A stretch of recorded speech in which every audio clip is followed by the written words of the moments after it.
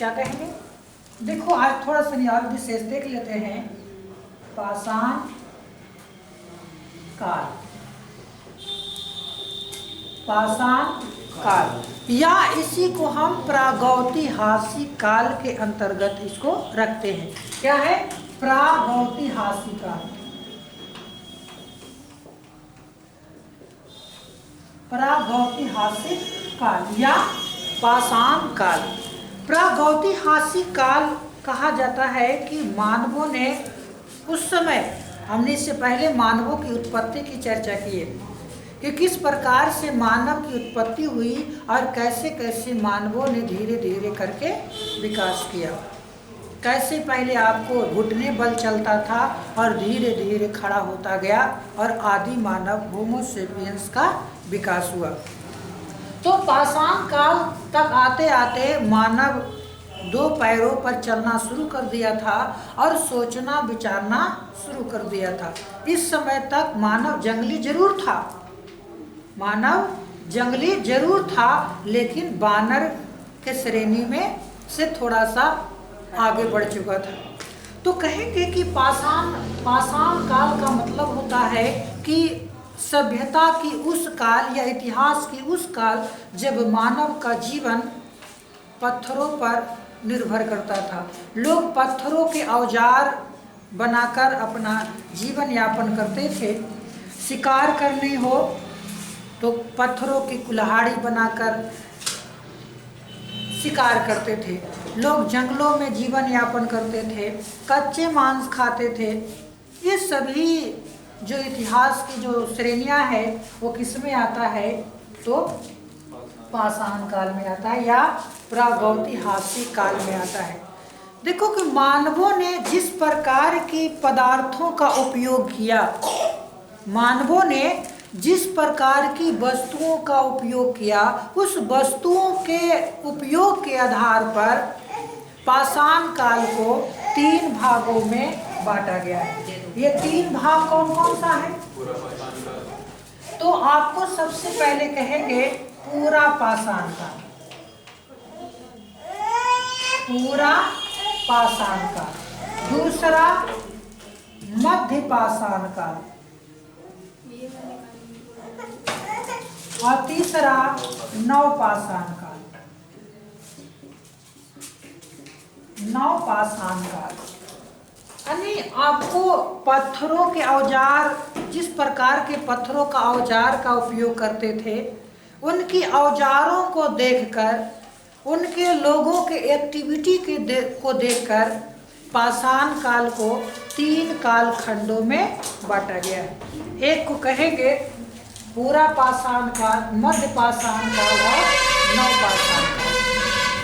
अगर इसकी डेटा की चर्चा कर ले कि आपको कितना ईसा पूर्व ये काल रहा होगा, तो लगभग 50,000 ईसा पूर्व पहले, 50,000 ईसा पूर्व से लेकर 10,000 ईसा पूर्व के काल को हम पूरा पाषाण काल के अंतर्गत रखते हैं। हालांकि अलग अलग इतिहासकारों ने इसकी चर्चा अलग अलग कालखंडों में किए हैं, लेकिन जो प्रमाणिक है, जो एनसीईआरटी अपना बताता है डाटा, उसके अनुसार कहा जाता है, हम लगभग कह रहे हैं, क्या कह रहे हैं? लगभग 50,000 ईसा पूर्व से 10,000 ईसा पूर्व के काल को हम किसके अंतर्गत रखते हैं? तो पाषाण काल के अंतर्गत रखते हैं। दूसरा है आपको जो मध्य पाषाण काल है, 10,000 से 6,000 ईसा पूर्व, 10,000 से 6,000 ईसा पूर्व के काल को हम क्या कहेंगे? मध्य पाषाण कहेंगे। और तीसरा जो है 6,000 ईसा पूर्व से लगभग 1,000 ईसा पूर्व के काल को हम नवपाषाण काल के अंतर्गत रखेंगे। पहला है पूरा पाषाण काल, मध्य पाषाण काल और नवपाषाण काल। एक बात कहा जाता है, ये जो पूरा पाषाण काल था, फिर आ गया तो ये जो पूरा पाषाण काल था, इस पूरा पाषाण काल को भी 3 काल खंडों में बांटा गया था। एक को कहते हैं निम्न पूरा पाषाण काल, ये भी क्या था, 3 कालखंड के इसमें। एक को कहते हैं निम्न पूरा पाषाण काल, क्या कहेंगे, निम्न पूरा पाषाण काल। यानी आपको पाषाण काल में भी आप उसको 3 कैटेगरी है जिसको कहेंगे निम्न पूरा पाषाण काल, दूसरा को कहते हैं मध्य पूरा पाषाण काल, और तीसरा कहते हैं उच्च पाषाण काल या उच्च पूरा पाषाण काल। क्या कहेंगे, उच्च पूरा पाषाण काल। यानी पाषाण काल जो पूरा पाषाण काल है, इसे भी 3 काल खंडों में इतिहासकारों ने बांटा है, निम्न पूरा पाषाण काल, मध्य पूरा पाषाण काल और उच्च पूरा पाषाण काल। अब देखो कि ये पाषाण काल में क्या क्या घटनाएं घटित हुई थी, इसकी क्या विशेषता है कि यहाँ पे लोग किस प्रकार के औजार का प्रयोग करते थे।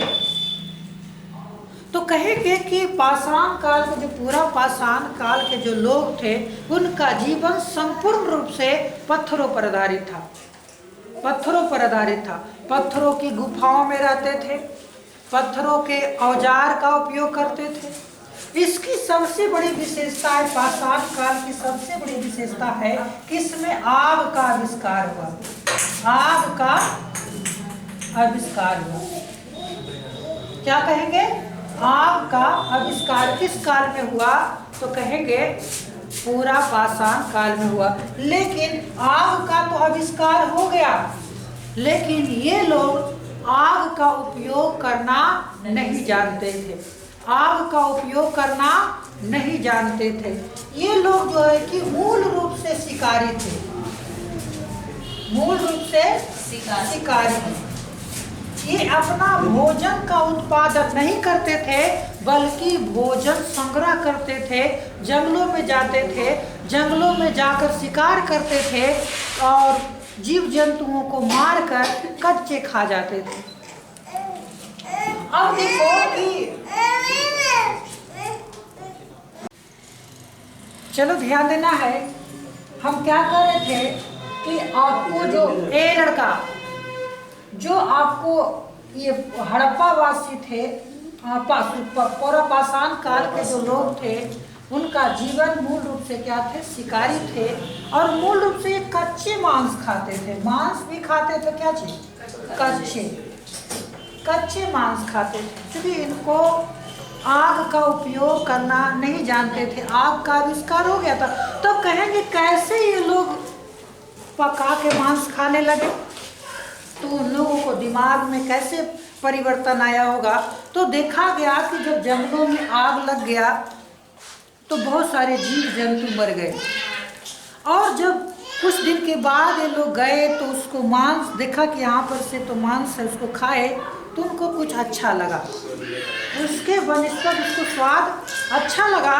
तो लोगों ने जो है कि उसमें और आग को बनाए रखने के लिए हमेशा उसमें लकड़ी डाल देते थे और जो भी शिकार करके लाते थे उसमें डाल देते थे, तो वो पक जाता था, उसके बाद वो लोग खाया करते थे। तो इस प्रकार से ये लोग जो है कच्चे मांस से धीरे धीरे मांसों को पका कर भी खाना शुरू कर दिए।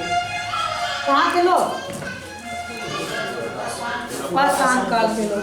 अब देखो कि पाषाण काल की बस्तियां कहाँ कहाँ से मिली है, तो पाषाण काल की बस्तियां अगर भारत की बात करेंगे तो भारत में यूपी, उत्तर प्रदेश है ना जी, और कहेंगे कि जम्मू कश्मीर, भारत की किन किन जगहों से, भारत की किन किन जगहों से पाषाण कालीन स्थल मिले हैं। यूपी से मिला है, जम्मू कश्मीर से मिला है, जम्मू कश्मीर से मिला है, मध्य प्रदेश से मिला है, राजस्थान से मिला है। इन सभी जगहों से भारत में पाषाण कालीन स्थल मिले हैं। फिर आपको कहेंगे पाकिस्तान के कुछ क्षेत्रों में भी पाषाण कालीन स्थल मिले हैं। सोहन घाटी, सोहन घाटी, और कहेंगे बालूचिस्तान, बालूचिस्तान के क्षेत्र में भी आपको पाषाण कालीन स्थल मिले हैं या प्राप्त होते हैं। अब देखो कि अब धीरे धीरे लोग जो है कि सोचना समझना संघर्ष करना शुरू कर दिया। लोग जो है कि जंगल से धीरे धीरे मैदानी भागों में आना शुरू किया। आपको एक काल बताए थे, रामापेथेकस काल, है ना जी। रामापेथेकस काल, जब मानव की उत्पत्ति की चर्चा कर रहे थे, उस काल में क्या होता है कि मानव दो भागों में बढ़ जाता है। एक भाग जंगल में रह जाते हैं और एक भाग जो है मैदानी भागों में चले आते हैं। तो जो मैदानी भागों में चले आते हैं उनकी जिंदगी जो है इसकी संघर्ष बन जाता है। और संघर्ष के कारण कहा जाता है आदमी संघर्ष से सीखता है। आदमी संघर्ष से सीखता, जितना ज़्यादा वह स्ट्रगल करता है उतना ज़्यादा उसके ज़िंदगी में निखार आता है। तो यहाँ पर क्या होता है कि जब आपको मानव धीरे धीरे करके डेवलपमेंट करने लगे, औजार जो है वो विशेष प्रकार के औजार बनाने लगे, कुछ जानवरों के हड्डियों से औजार बनाने लगे, खेती करना, कुछ मात्रा में खेती करना शुरू कर दिए, कुछ पशुओं को पालतू बनाना शुरू कर दिए, उस काल को हम कहाँ रखते हैं? मध्य पाषाण काल में रखते हैं। यानी इस काल में आपको मानव जो है कि धीरे धीरे जो है कि भोजन के संग्रह से भोजन उत्पादक की ओर बढ़ रहा था। भोजन संग्रह से भोजन उत्पादक की ओर बढ़ रहा था। कहेंगे कि पूरा पाषाण काल और नव पाषाण काल के बीच के जो कालखंड थे, जब मानव विकास कर रहा था, उस काल को हम क्या कहेंगे? मध्य पाषाण काल कहेंगे। और इसकी और कोई विशेषता नहीं है। नव पाषाण काल की विशेषता है कि लगभग 6000 ईसा पूर्व से लेकर के 1000 ईसा पूर्व के काल को हम नव पाषाण काल के अंतर्गत रखते हैं। इस काल में मानव ने बहुत सारा चीज़ों को सीख लिया था। क्या सीख लिया था? सबसे पहले वो आग का प्रयोग करना सीख लिया। आग का उपयोग करना सीख लिया। अब भोजन को लोग पकाकर खाने लगे, भोजन को पकाकर खाने लगे। दूसरी अगर बात कह ले कि आपको मानव जो है मिट्टी के बर्तन बनाने लगे, मिट्टी के बर्तन भी बनाने के लिए सीख लिए। और इसी में पहली बार मृदभांड शब्द का प्रयोग हो गया। कौन सा शब्द? मृदभांड। यानी कच्चे बर्तन जो होते थे, बर्तन की जो मिट्टी होती थी उसे मृदभांड कहा जाता था। तो मृदभांड शब्द का प्रयोग पहली बार किस काल में हुआ? तो नवपाषाण काल में हुआ। इसी काल में और अगर हम कहेंगे नवपाषाण काल में, तो आपको लोगों ने जो है कि समूह में रहना शुरू किया, परिवार के रूप में समूह में रहना शुरू किया। पहले किसी का परिवार नहीं हुआ करता था।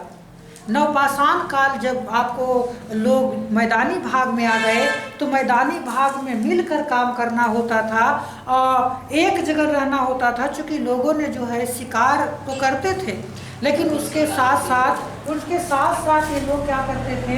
पशुओं को पालन करते थे।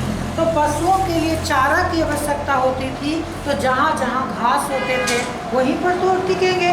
तो हरी हरी घास कहाँ मिलेंगे? तो कहेंगे नदियों के किनारे मिलेंगे, तालाब के किनारे मिलेंगे। तो जहाँ नदियाँ और तालाब थी वहाँ पर ये लोग धीरे धीरे परमानेंट रूप से बसना शुरू कर दिए। किस काल में? नवपाषाण काल में। यानी पशुओं को पालतू बनाना शुरू किया। अब अपनी जिंदगी को आसान बनाने के लिए, वस्तुओं को एक स्थान से दूसरे स्थान तक ले जाने के लिए इन लोगों ने आपको चाक का आविष्कार किया। किसका आविष्कार किया? चाक यानी पहिया। चाक यानी पहिया का आविष्कार हुआ। तो ये भी कह सकते हैं कि चाक यानी पहिया का आविष्कार किस काल में हुआ था? तो हम कहेंगे नवपाषाण काल में हुआ था। तो नवपाषाण काल जो है कि आपको मानव की जिंदगी में बहुत हद तक परिवर्तन आया। लोग जो है कि भोजन के संग्रह से भोजन उत्पादक बन गए। लोग खेती करना प्रारंभ कर दिए। इस काल में लोग एक जगह रहने लगे और खेती करना प्रारंभ कर दिए। कहा जाता है कि खेती का प्रमाण सबसे पहले जो है राजस्थान के क्षेत्र से मिलता है। कहाँ से? या आपको राजस्थान में पशुपालन, एक बात ध्यान देना है कि कृषि का प्रमाण मध्य प्रदेश से मिलता है। कहाँ से? कृषि का सबसे प्राचीन प्रमाण कहाँ से मिलता है? मध्य प्रदेश से मिलता है। और दूसरा अगर कहते कि अस्थि पंजर, मानवों की अस्थि पंजर भी कहाँ से मिली थी, तो आपको कहेंगे कि वो भी आपको उड़ीसा, ये भी मध्य प्रदेश के क्षेत्र में मिला था। क्या चीज? अस्थि पंजर। और राजस्थान से पशुओं को पालतू बनाने का प्रमाण मिला है। पशुओं को पालतू बनाने का प्रमाण कहाँ पर मिला है? सबसे पहले राजस्थान की एक जगह था भीलवाड़ा। राजस्थान का एक जगह था भीलवाड़ा। तो उस भीलवाड़ा नामक स्थान से पहली बार जो है कि कृषि का प्रमाण मिला है। मध्य प्रदेश से पशुपालन का प्रमाण मिला है राजस्थान से। और ये सभी प्रमाण कब मिले हैं? तो हम कहेंगे नवपाषाणकालीन स्थल मिले हैं या नवपाषाणकालीन क्षेत्र को मिले हैं। तो ये तो आपको मोटा मोटी हो गया तुम्हारा पाषाण काल। अब इसके बाद की जो हम चैप्टर पढ़ेंगे वो है आपको अर्ध ऐतिहासिक काल। क्या पढ़ेंगे? प्रागैतिहासिक काल के बाद पढ़ेंगे अर्ध ऐतिहासिक काल। और अर्ध इतिहास काल में मानव अब उत्तम किस्म के हो चुका था। मानव अब कच्चे मकान में नहीं बल्कि पक्के मकान में रहने लगे थे। यानी उस काल को हम बोलते हैं सिंधु घाटी सभ्यता या हड़प्पा सभ्यता। आपको भारत की बात करेंगे तो हड़प्पा सभ्यता, अगर मिस्र की बात करेंगे तो मिस्र की सभ्यता, चीन की बात करेंगे तो चीन की सभ्यता और मेसोपोटामिया की सभ्यता। यानी अलग अलग देशों में अलग अलग प्रकार की सभ्यता थी। और उस समय की सभ्यता जो थी बहुत ही विकसित सभ्यता थी। लोग रोड बनाने के लिए सीख लिए थे, व्यापार करने के लिए सीख लिए थे, मुद्रा बनाने के लिए सीख लिए थे। यानी आपको मानव जो है बहुत ही आगे बढ़ चुका था, उन्नत हो चुका था। कहाँ तक लिखा है थे?